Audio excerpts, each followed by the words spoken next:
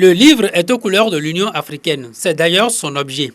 Et sa finalité, c'est de montrer que le salut de l'Afrique est dans l'impérieuse nécessité qui s'impose à ses fils de réaliser le rêve longtemps nourri, l'unité des peuples noirs à travers le monde. Car leur histoire est unique sur les bords du panafricanisme. Ce sont les expériences de retour au 19e, 20e siècle avec des figures comme Marcus Garvey.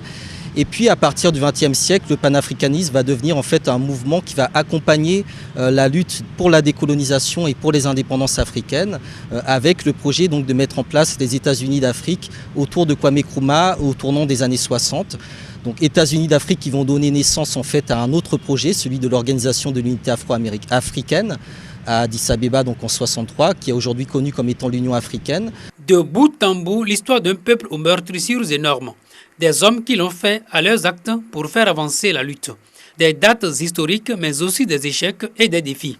Dr Hamzat Boukari Yabara y a concentré plusieurs siècles d'histoire et de longues années de recherche à travers le monde. Et si le constat est là que le rêve reste encore à réaliser, pour ses contours présents des plus imprécis, l'homme y croit fermement. Les autres enjeux, je pense, c'est d'arriver en fait à une société qui soit suffisamment détribalisée ou en tout cas post-tribale.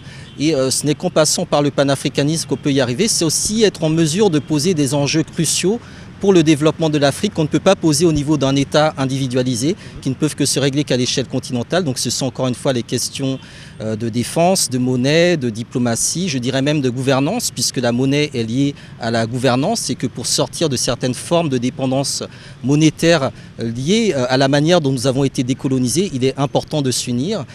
24 chapitres, 400 pages environ. Des documents, des références, mais aussi de la matière pour la postérité.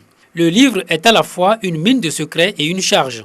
Il rappelle un itinéraire et montre par là même le boulevard à tracer dans ce futur à la fois proche et lointain qui n'a même pas encore esquissé les premiers pas dans le sentier.